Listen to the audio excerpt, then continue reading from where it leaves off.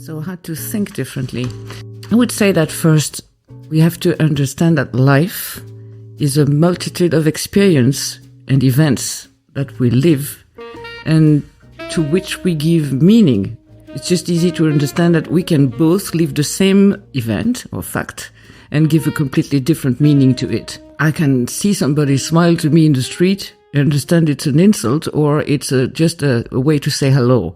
And so this interpretation is the way we give meaning to events. It means that it's a story, or it's an interpretation we create. And by creating stories, we can say that those stories shape our lives. They shape our sense of identity. They shape what we believe we are. They shape our sense of possibility, which is a major point. They shape the way we perceive our future. So that's where we can say that this is the core of what I believe. It's that the future we imagine is the cause of the present. It leads to decision we make right now. A 5-year-old boy or girl could tell us today what decisions they think they will make for their life according to the future they imagine or the non-future they imagine. I'll come back to that. The idea is that the key of the way we make meaning is the way we look at things, and the way we look at things changes our experience of reality. So we believe that there is, if you take the image of an iceberg, there is below the surface something that we can call the worldviews. And the worldviews, our maps, might lead us to contribute to the creation of a certain reality outside. Now I can say a mad land or a nomad land. So we create a world which is going to lead to massive assured destruction, or a world which is completely different. So we are not outside of the picture. The way we think contributes to maintain a system and the stability of a system, or to shift it. Each of us, depending on the way we see the world and our vision and perceptions, we make decisions every day to take an espresso coffee, to go to the barn or the farm or whatever, or to go to a normal supermarket. And each of these decisions, each point of view, shape the future in a certain way. So the idea is that we can we have the power to change our reality. If we consider that reality is the microcosm between our ears, it's our perceptions. So changing our reality, we have the power. I don't know if we use this word in English, we would say the agency. We have the creative agency. We can change the stories we tell ourselves, so we can change the way we shape the world. And how? First, there is what Jean-Louis has invented, the altitude attitude, which is the capacity to look at the way we look at things. So in our mind, to make, if we say map our maps, we understand all of us that the map is not the territory, of course, but the mental map is the way we shape the territory. So we can make visible our mental maps, which has an effect. What seems so familiar starts to seem very strange. And our routine, our habits are suddenly strange. And the idea is to make them completely strange, to recreate and regenerate completely our maps. The second point is this ability to think about the way we think. It might seem completely stupid, but we usually recruit other people to tell us what is right or wrong. Whereas I think that as a child, what we would benefit from learning is to think about the way we think, so we could really choose a way to approach something and understand that this choice is just one possible choice, and that our, what we call our truth, are in fact just temporary truth, temporary perceptions, and that creates a lot of freedom. So mapping the maps, think about the way we think. And I would say that the third point I'm going to elaborate a bit more is on creative thinking. There is a creative thinking imperative, which is the necessity to just get out of standard answers to problems which are not standard. I heard the other day somebody say something that Jean-Louis told me a few years ago. If you think about a situation like the COVID, let's say, to make it clear, we call it a crisis. Well, let's imagine that you have, we're just after New Year, so imagine you drank a bit too much. You might have a liver crisis. Now, you know there is a standard remedy to go back to the known situation. I'm not going to tell the remedy because I think that everybody knows. But if you have a liver condition, you just have to change your life. Now, are we in a crisis, which supposes that with standard remedy we will go back to the known situation, or are we in a rupture or in a sort of a new condition, which means that we have to think boldly and create something completely new?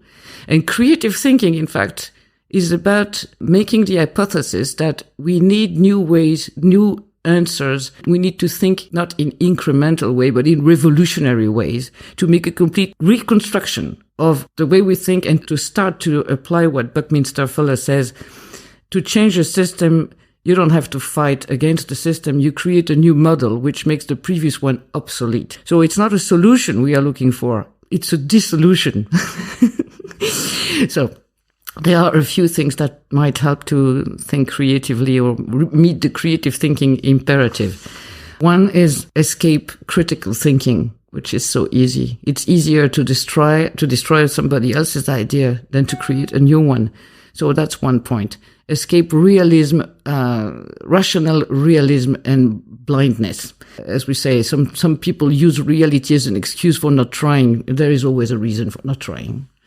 The second point is to escape linear logic and usual way we put things in boxes. The boxes are old categories and, for example, in university, old categories of knowledge, but life outside doesn't fit those categories. It's just our way of putting things into certain known representation, and that leads us to confirm the known. And certainly to be blind to a lot of things. So that's what we call the problem of perception and of feeling that we are intelligent because we know the answer. We are so much under pressure. And there is what we call in our map the one right answer saloon, which is opposed to the 2020 Vision Cafe. To say something like that, some people are completely locked into one right answer saloon.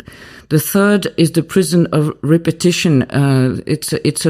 We need to escape this idea that we function in what we call SOS, the same old solution all the time. The fourth is adversarial thinking. I think that we function a lot, and especially nowadays, I don't know if you've seen this pressure to just argue, and some people there is a movie about COVID and everybody is against or for, and we need to choose a camp. So it's always adversarial. It's about position. I'm white, I'm black, I'm left wing, I'm right wing, whatever. It's just about taking position more and more. And position is not about exploration. It's a position you defend it. An exploration, you enter into a new territory which is unknown, and you might change your mind and adopt a new perspective. So this is about parallel thinking, replacing adversarial thinking, and it's about water logic rather than rock logic, and you understand the term. The fifth aspect of creative thinking imperative is the use we make of emotions. I would say that it's not because we feel something that it is true. We misuse it. The intuition, for example, has a validity as such, but intuition is not the truth. An a priori, for example, all blacks are such, all Jews are such, or whatever the a priori is. An a priori is not the truth. It's just something we believe, and sometimes we want to demonstrate before thinking it's already there, and we tend to come back to that. So we propose a priori reflection pool. Just think about it. And also validate the idea that there are other sources of knowing that are valid as such as intuition or inspiration. They have to be taken as such for an ingredient. I'll go quite fast into it. Then there is something about creativity, which is the essence of it. It's the capacity to think conceptually. You know that in especially in Belgium, people say concretely. So what do you mean concretely? And the concrete is the result of our own limitations. We have to be able to make a jump into abstraction and move up to concepts. There is a saying which says vision without action is an awakened dream, but action without vision is a nightmare. So many people, in fact, are in the nightmare because they have full solutions instead of more challenge, the capacity to challenge, it belongs to the creative imperative. Imagine you are in a corridor, and this corridor is your habitual thinking, and you don't see the side roads. Now, we need to be able to understand that we only function with dominant ideas. For instance, one is growth, the story of scarcity, competition, profit, performance. This is a story which is dominating our times. Now, we need to understand those stories and routine thinking, and as I said earlier, make them exotic. See that they are not the truth. They are just a habit and just an idea. And I have 3 more. Hope, very quickly. It's interesting to live in a world where hope exists. So there is something called a deep aspiration within each of us. It's time to just connect again to that and make it part of our thinking about the future. Another thing which belongs to our world is to stop to see a tree without understanding that there are roots. And the roots for each of us are interesting because they are the main part of what we see at the surface.